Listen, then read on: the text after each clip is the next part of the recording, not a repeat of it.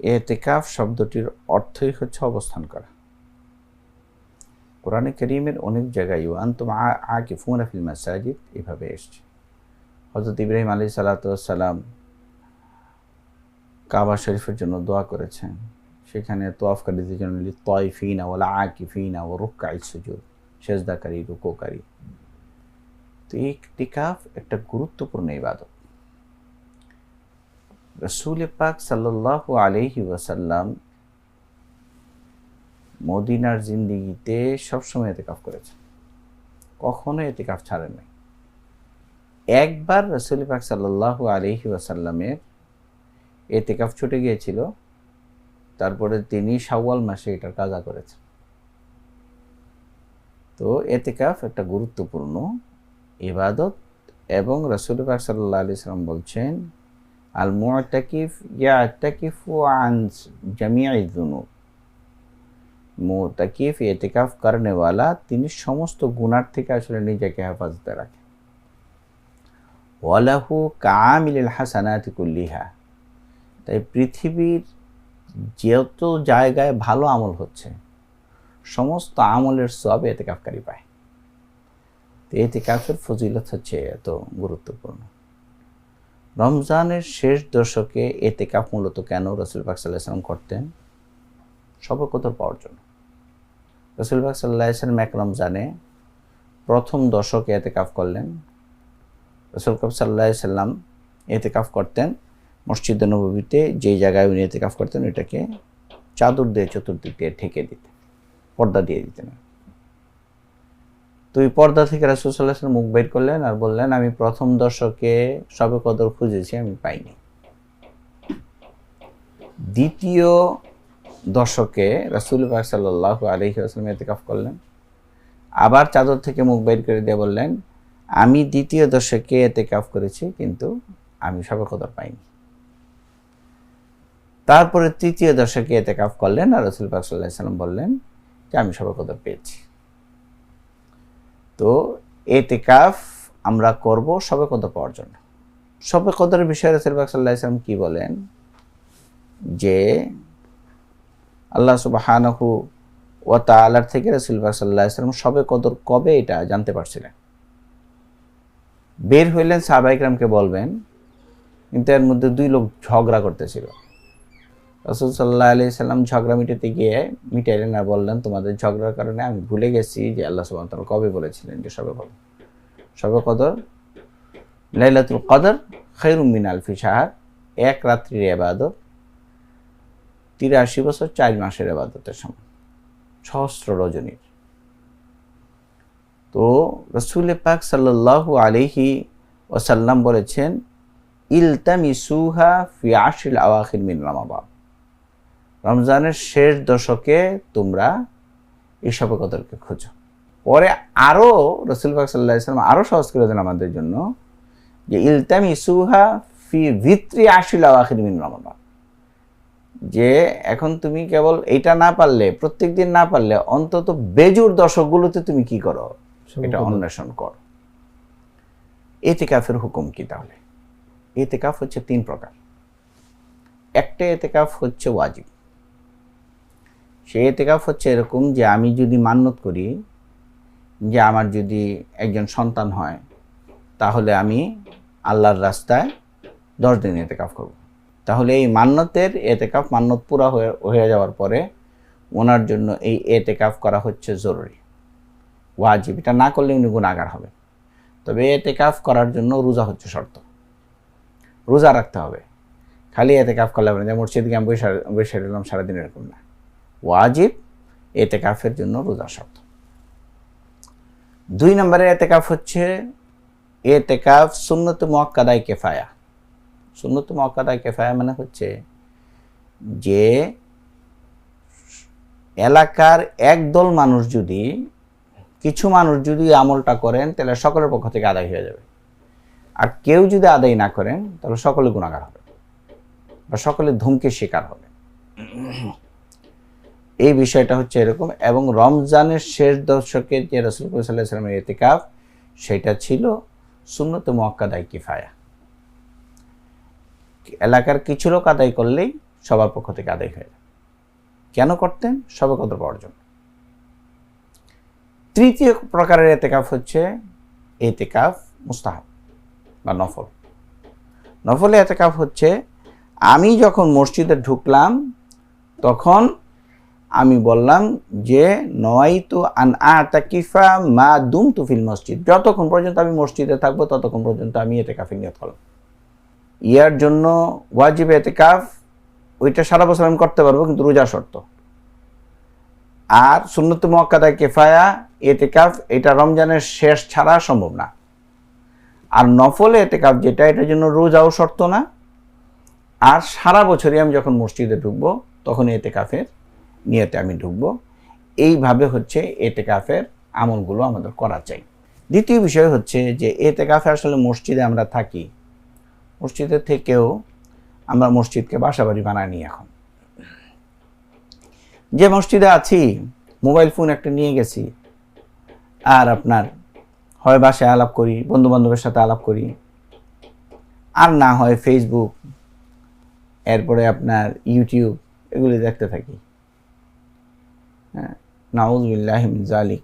বড় কষ্টের বিষয় এটা, যে এটা তো মানে সেন্স এই কথা বলে যে আমি ফেসবুক যে চালাই মসজিদের মধ্যে,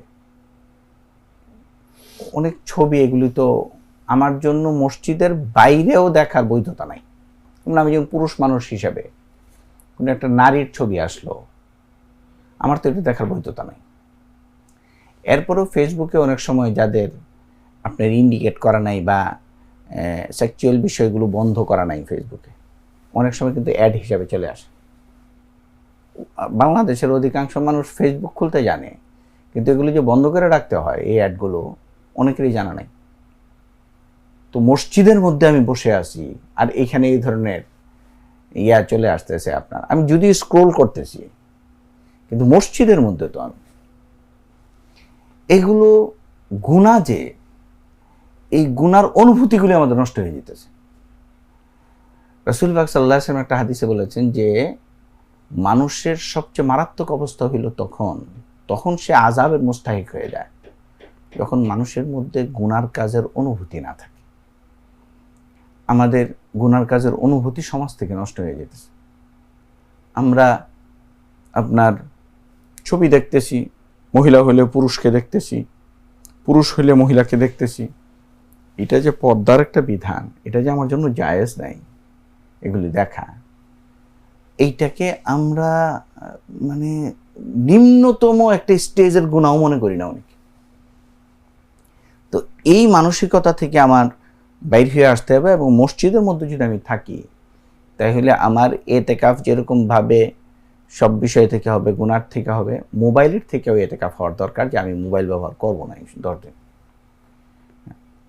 অনেক সময় আছে আমরা ইয়া করি মসজিদের মধ্যে, ওনাদের তো আসলে এতেকাফের মধ্যে কী করবেন, দেখা যায় যে ওরকম কোনো বড় আলেমের আন্ডারে যদি করেন তাহলে কিছু আমলের মধ্যে থাকতে পারেন, নাইলে তো সারাদিন মসজিদের মধ্যে খুশ গল্প, কাজ নাই তো ওনার। তো ওনারা অনেকে ইউটিউব দেখেন, শুরু করেন ভালো নিয়তে যে মক্কা মদিনার ইমাম সাহেবের কোরআন শুনবেন, কিন্তু পরে এটা অন্যদিকে ডাইভার্ট হয়ে যায়। তো রাসূল পাক সাল্লাল্লাহু আলাইহি ওয়াসাল্লাম ইতিকাফ অবস্থায় কি করতেন? রাসূল পাক সাল্লাল্লাহু আলাইহি ওয়াসাল্লাম 21 তারিখ রাত্র আসার আগে, অর্থাৎ 20 তারিখ আসরের পরেই মসজিদে ঢুকে যেতেন সুন্নতে মুআক্কাদা কিফায়া ইতিকাফের জন্য। আমাদের এটাই করতে হবে। ইফতার মসজিদে যায় করতে হবে আমাদের। আচ্ছা, 2 নম্বরের বিষয় হচ্ছে, এরপরে আমার খাওয়া দাওয়ার যদি ইন্তেজাম না থাকে তাহলে আমি বাসায় এসে খাওয়া দাওয়া করে যেতে পারবো, কিন্তু কারোর সাথে কথা বলতে পারবো না। আর এই মসজিদ থেকে আমার হাজত ছাড়া, অর্থাৎ মানে বাথরুমের প্রয়োজন ছাড়া আমার মসজিদ থেকে বেরোনো জায়েজ নেই। এখন দেখা যায় যে আমরা অনেকে এতেকাফ করি, এতেকাফের মধ্যে আমরা গোসল করি। গোসল করার মাসলাটা আসলে কি? গোসল করার মাসলা হচ্ছে যে আমার বাথরুমের হাজত হইতে হবে, তখন আমি বের হয়ে যাব, যা বাথরুম করে আসার পথে আমি গোসল করে আসতে পারবো, এটা জায়েজ আছে। কিন্তু আমরা বাসা বাড়ির মতো কি করি, যে গোসলের জন্য আমি কি করি, মসজিদ থেকে বের হই, যে আজকে তো গোসল করা হয়নি, কারণ বাঙালিরা আমরা প্রত্যেকদিন গোসল করি। এতেকাফ কিন্তু নষ্ট। আমার এটার অনুভূতিই নেই যে এতেকাফ নষ্ট হয়ে গেছে। রাসূল পাক সাল্লাল্লাহু আলাইহি ওয়াসাল্লাম ইফতার করতেন। ইফতারের পরে রাসূল পাক সাল্লাল্লাহু আলাইহি ওয়াসাল্লাম আওয়াবিনের নামাজ পড়তেন 6 রাকাত, এবং কোন বর্ণনায় আছে 20 রাকাত। এবং গাঙ্গুহি রহমতুল্লাহ আলী, রশিদ এবং গাঙ্গুহি রহমতুল্লাহ আলী, ওনাকে ফকিহুন নফস বলা হতো। উনি সারা বছর 20 রাকাত আওয়াবিনের নামাজ আদায় করতেন। তো আমরা 6 রাকাত আদায় করি। আচ্ছা, আওয়াবিনের নামাজ আদায় করার পরে আমরা তারাবির প্রস্তুতি নিই। রাসূল পাক সাল্লাল্লাহু আলাইহি ওয়াসাল্লাম তারাবির প্রস্তুতি কিভাবে নিয়েছেন এটা স্পষ্ট নাই, যেহেতু মাত্র 3 দিন মসজিদে নববীতে রাসূল পাক সাল্লাল্লাহু আলাইহি ওয়াসাল্লাম তারাবির নামাজ আদায় করেছেন। পরে চতুর্থ দিন আর আসেন নাই। সাহাবা ইকরাম সবাই হুজুমের সাথে ছিলেন যে তারাবির নামাজ পড়বেন। তো রাসূল পাক সাল্লাল্লাহু আলাইহি ওয়াসাল্লাম বলেছেন যে আমি আসি না ইচ্ছা করে, যে আল্লাহ সুবহানাহু ওয়া তাআলা এটা তোমাদের উপর ফরজ করে দিলে তোমাদের অনেকের কষ্ট হয়ে যাবে। হযরত ওমর রাদিয়াল্লাহু তাআলা আনহুর আমল থেকে আমরা সবাই জানি যে 20 রাকাত তারাবি হযরত ওমর রাদিয়াল্লাহু তাআলা আনহু করেছেন। রাসূল পাক সাল্লাল্লাহু আলাইহি ওয়াসাল্লাম তারাবির ব্যাপারে কয়েকটা হাদিস আছে। 8 রাকাত, 12 রাকাত, 20 রাকাত, 32 রাকাত, 40 রাকাত। এই আবার 8 রাকাত রাসূল পাক সাল্লাল্লাহু আলাইহি ওয়াসাল্লামের যে হাদিসটা ইয়াতে এসছে আপনার বুখারীতে, সেখানে আসছে আয়েশা রাদিয়াল্লাহু তাআলা আনহা বলছেন রাসূল পাক সাল্লাল্লাহু আলাইহি ওয়াসাল্লাম রমজানের বাইরে কখনো 8 রাকাত ছাড়েননি। তো এটার দ্বারা উলামা ইকরামরা বলেন যে এটা আসলে সালাতুত তাহাজ্জুদ ছিল রাসূল পাক সাল্লাল্লাহু আলাইহি ওয়াসাল্লাম।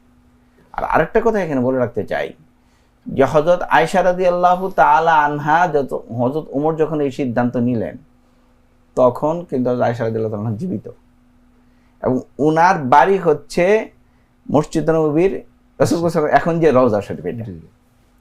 তো হযরত ওমর রাদিয়াল্লাহু তাআলার অবস্থা হচ্ছে এরকম যে হযরত ওমর রাদিয়াল্লাহু তাআলা আনহু একবার চাইলেন ওনার জমানায় মোহরের উঁচু নির্ধারণ করে দিতে, মানে সর্বনিম্ন পরিমাণ নির্ধারণ আছে মোহরের, কিন্তু সর্বোচ্চ কত হবে, তো এটা যেহেতু নির্ধারণ নাই, হযরত ওমর রাদিয়াল্লাহু তাআলা চিন্তা করলেন যে মহিলারা খালি মোহর বাড়ায় দেয়, তো যুবকের জন্য কষ্ট হয়ে যাবে। তো মোহর একটা টাকা নির্ধারণ করে দিতে চেয়েছিলেন যে এর উপরে আর কেউ মোহর ধরতে পারবেন না। উনি যখন জুমার বয়ানে এটা বলছেন, পিছন থেকে এক নারী, বৃদ্ধ নারী, সে চিৎকার দিয়ে উঠছে, বলে ইয়া ওমর ইত্তাকিল্লাহ, হে ওমর আল্লাহরে ভয় করো। রাসূল যেটা নির্ধারণ করে যায়নি, তুমি কোন বেটা হয়েছো এটা নির্ধারণ করে যাওয়ার জন্য। হযরত ওমর রাদিয়াল্লাহু তাআলা কেঁদে ফেললেন এবং বলেন এরকম মা আছে বলেই হযরত ওমর গুমরা হইতে পারে না। হযরত আয়েশা রাদিয়াল্লাহু তাআলা আনহুর সামনে হযরত ওমর রাদিয়াল্লাহু তাআলা আনহু 20 রাকাত নির্ধারণ করতেছেন, আর হযরত আয়েশা রাদিয়াল্লাহু তাআলা আনহা বসে থাকার মানুষ আপনি মনে করেছেন। এটা যদি হইতো, হযরত আয়েশা রাদিয়াল্লাহু তাআলা প্রতিবাদ করতেন যে আল্লাহরে ভয় করো, তুমি কি করতেছো, এটা একটা ইজমা হয়েছে। তখন হযরত আব্দুর রহমান ইবনে আউফ, ওসমান রাদিয়াল্লাহু তাআলা, আলী রাদিয়াল্লাহু তাআলা আনহু সবাই জীবিত। আচ্ছা, তো আমরা 20 রাকাত তারাবির নামাজ আদায় করব। তারাবির নামাজ আদায় করার পরে আমরা মসজিদে, এই মাসলাটা খুব গুরুত্বপূর্ণ, অথচ কেউই বলেন না। যারা তবলিগে যান ওনারাও, যে মসজিদের মধ্যে কিন্তু ঘুমানো জায়েজ নেই। হ্যাঁ, আপনি ইবাদত করতে থাকবেন, পরে ঘুম প্রবল হয়ে গেছে, আপনি শুয়ে পড়ছেন, সেটা ভিন্ন জিনিস। কিন্তু বাসা বাড়ির মতো যে এই এখন 11টা বেজে গেছে, বিছনা করতে হবে, এখন ঘুমাইতে হবে, এই যে বিষয়টা, এই কনসেপ্ট কিন্তু মুতাকাদ্দিমিনদের ছিল না। মসজিদের মধ্যে এটা জায়েজ নেই। আমারও থাকবে যে আমি তাসবিহ তাহলিল পড়তে থাকবো, যখন ঘুম চলে আসবে আমি শুয়ে পড়ব, বিছনা বিছায় রাখবো, কিন্তু ঘুম আসে নাই, এরপরেও যে শোয়ার যে মাসলাটা, এটার ব্যাপারে সতর্ক থাকতে হবে। এবং শেষ রাত্রে উঠে যাব, শেষ রাত্রে উঠে আমরা 2, 4, 5, 4 রাকাত, 6 রাকাত অথবা 8 রাকাত আমরা তাহাজ্জুদের নামাজ পড়বো এবং সেহরি আদায় করবো। সেহরি আদায় অত্যন্ত গুরুত্বপূর্ণ। সেহরি এবং ইফতার এটাও ইবাদত। আমরা মনে করি খাওয়া আবার ইবাদত কিসের? রাসূল সাল্লাল্লাহু আলাইহি ওয়াসাল্লাম বলেছেন তো সাহারু ফাইন্না ফি সাহুরি বারাকা। আমি সেহরি আদায় করব। সেহরি আদায়ের পরে আমি ফজরের সালাতের জন্য অপেক্ষা করব এবং এই সময় তাসবিহ তাহলিল পড়তে থাকবো। আমি সুবহানাল্লাহ পড়ি, আলহামদুলিল্লাহ পড়ি, অথবা কোরআন তেলাওয়াত করি। ফজরের সালাত আদায় করে আমাদের বাংলাদেশে একটা ট্রেন্ড হচ্ছে সবাই ঘুমায় যায়। রাসূল সাল্লাল্লাহু আলাইহি ওয়াসাল্লাম এটা করতেন না। রাসূল পাক সাল্লাল্লাহু আলাইহি ওয়াসাল্লাম ইশরাক পর্যন্ত সজাগ থাকতেন। আমরা সজাগ থাকবো, চেষ্টা করবো। প্রথম একটু কষ্ট হবে, কিন্তু আমি চেষ্টা করি এটা যে আমি ইশরাকের নামাজ আদায় করে ঘুমাবো। কারণ ইশরাকের নামাজ আদায় পর্যন্ত আমি যদি বসে থাকি তাহলে আপনার একটা কবুল হজ এবং উমরার সওয়াব পাওয়া যায়। সুবহানাল্লাহ। তাই আমরা এই কাজটা করবো। রাসূল পাক সাল্লাল্লাহু আলাইহি ওয়াসাল্লাম এটা আমল ছিল, একেবারে সবসময় আমল ছিল। তাই আমি যদি ইতিকাফ করি মসজিদে, আমার এই আমলটা যাতে বলবৎ থাকে যে আমি ঘুমাবো না। কারণ আসছি তো এই 10টা দিন আল্লাহকে দেওয়ার জন্য, তো এখানে এসে আবার কেন এইসব চিন্তা করব, বিশ্রামের চিন্তা কেন করব? হ্যাঁ, ইশরাকের পরে যদি জরুরত হয় তাহলে আমি একটু বিশ্রাম নিব এবং চাশতের আগেই 10টা দিকে আমি উঠে যাব, উঠে আমি চাশতের নামাজ আদায় করব। এরপরে ইতিকাফের ফজিলত, রমজানের ফজিলত সম্পর্কে আপনার ফাজাইলে আমালের মধ্যে আছে এবং প্রত্যেকটা মসজিদে ফাজাইলে আমল আছে। আমরা এই মাসলাগুলি, যেই কয়জন মুতাকিফিন আছি, আমরা পরস্পর এই মাসলাগুলি পড়ি, ফজিলতগুলি পড়ি, ভিতরে একটা আগ্রহ সৃষ্টি হবে। আমার কিছুক্ষণ আমরা পড়লাম, পড়ার পরে সূরা কিরাতের মশক হইতে পারে, আমরা করলাম। এরপরে একটু সময় বিশ্রাম নিলাম, জোহরের সময় আমরা আবার সালাত আদায় করলাম। যদি গোসলের জরুরত হয়, ইস্তেঞ্জার হাজত যখন হবে তখন গেলাম, গোসল করে আসলাম। এবং জোহরের পরের সময়টা আমরা ঘুমায়া না কাটায়া আমরা এই সময় জিকিরের মজলিস করতে পারি। হ্যাঁ, প্রত্যেক দিন দুরূদ শরীফের একটা মজলিস করতে পারি, যে জোহর থেকে আসর বা আসরের পর পর্যন্ত আমরা 1000 বার দুরূদ পড়ব। রাসূল পাক সাল্লাল্লাহু আলাইহি সাল্লামকে এক সাহাবী জিজ্ঞেস করছেন যে, রাসূল, আমি আপনার উপরে কত সময় দুরূদ পড়ব? রাসূল বলছেন, লাকাশিত, তোমার যতটুকু ইচ্ছা। উনি বলছে, আমি আমার সারা দিনের 4 ভাগের 1 ভাগ আপনার উপর দুরূদ পড়ব। রাসূল পাক সাল্লাল্লাহু আলাইহি সাল্লাম বলেছেন, ঠিক আছে, ওয়াইন শি'তা আন তাজিদ ফাহুয়া খায়রুল লাক, যদি আর একটু বাড়ায় দিতে পারে এটা তোমার জন্য শ্রেষ্ঠতা। উনি বললেন, তাহলে অর্ধেক। রাসূল বললেন, ওয়াইন শি'তা আন তাজিদ ফাহুয়া খায়রুল লাক। উনি বললেন, তাহলে সুলুস, 4 ভাগের 3 ভাগ। রাসূল বললেন, ওয়াইন শি'তা আন তাজিদ ফাহুয়া খায়রুল লাক, আরো বাড়ায় দাও। উনি বললেন, আমি সারা দিন আপনার উপর দরুদ পড়ব। রাসূল পাক সাল্লাল্লাহু আলাইহি সাল্লাম তখন দুটো সুসংবাদ দিয়েছে, ইজান ইউগফারু লাকা যামবুক, তখন তোমার সমস্ত গুনাহ মাফ করে দেওয়া হবে, ওয়া ইউবআদু মিনকা হাম্মুক, আর তোমার পেরেশানিকে কি করে দেওয়া হবে? দূর করে দেওয়া হবে। সুবহানাল্লাহ। দুরুদের এত ফজিলত, আমরা দুরুদের আমল করি। এই 10 দিন 10,000 বার দুরুদ পড়া, এটা তো খুব কঠিন জিনিস না। এবং রাসূল পাক সাল্লাল্লাহু আলাইহি সাল্লাম ইফতারের আগে দোয়া করতেন। আমরা মুতাকিফিন যারা আছি ইতিকাফ অবস্থায় এমনি দোয়া কবুল হবে, আর রোজাদারের এমনি দোয়া কবুল হয়, আর ইতিকাফের তো বিশাল অবস্থা। আমরা এই সময় দোয়া করি, দেখা যায় ঘড়ির দিকে তাকাই, এই কয় মিনিট আছে, ওই অমুক, এই সেই, বাসায় ফোন দেই, এই ইফতার কেন আসলো না, ইফতারে আজকে কি মেনু করছো, এটাও দিও ওইটাও দিও। এই যে একটা ভোগের একটা রোজা আমরা সবসময় পালন করি, ইতিকাফ অবস্থায় সেই ভোগের মানসিকতা আমাদের থাকে। প্রতিটা দিন ইতিকাফের আমার যদি এরকম হয় যে রাসূল পাক সাল্লাল্লাহু আলাইহি ওয়াসাল্লাম যেভাবে কাটিয়েছেন সেভাবে যদি আমরা কাটাতে পারি, তাহলে এই ইতিকাফ আমার সমস্ত গুনাহ মাফ করে দেওয়ার জন্য যথেষ্ট হবে। তো সুতরাং ইতিকাফের বিষয়টাকে আমরা যেরকম হালকাভাবে নিই, হালকাভাবে না নিয়ে আমি চিন্তা করি যে আমি 365 দিনের 355 দিন আমি আমার ফ্যামিলিকে দিয়েছি, এখন এই 10টা দিন আমি আল্লাহকে দিব। কাল কিয়ামতের ময়দানে বা কবরে যদি আল্লাহ জিজ্ঞেস করেন যে তোমাকে আমি 60 বছরের জিন্দেগি দিয়েছি, তুমি কি করেছো আমার জন্য, আমি যাতে আল্লাহকে বলতে পারি যে আল্লাহ, তোমার সন্তুষ্টির জন্য আমি 10টা দিন কি করছিলাম, মসজিদে এইভাবে কাটাইছি। তো এই মানসিকতা নিয়ে যদি আমরা ইতিকাফ করতে পারি, তাহলে অবশ্যই ইতিকাফের মধ্যে ফজিলত রয়েছে।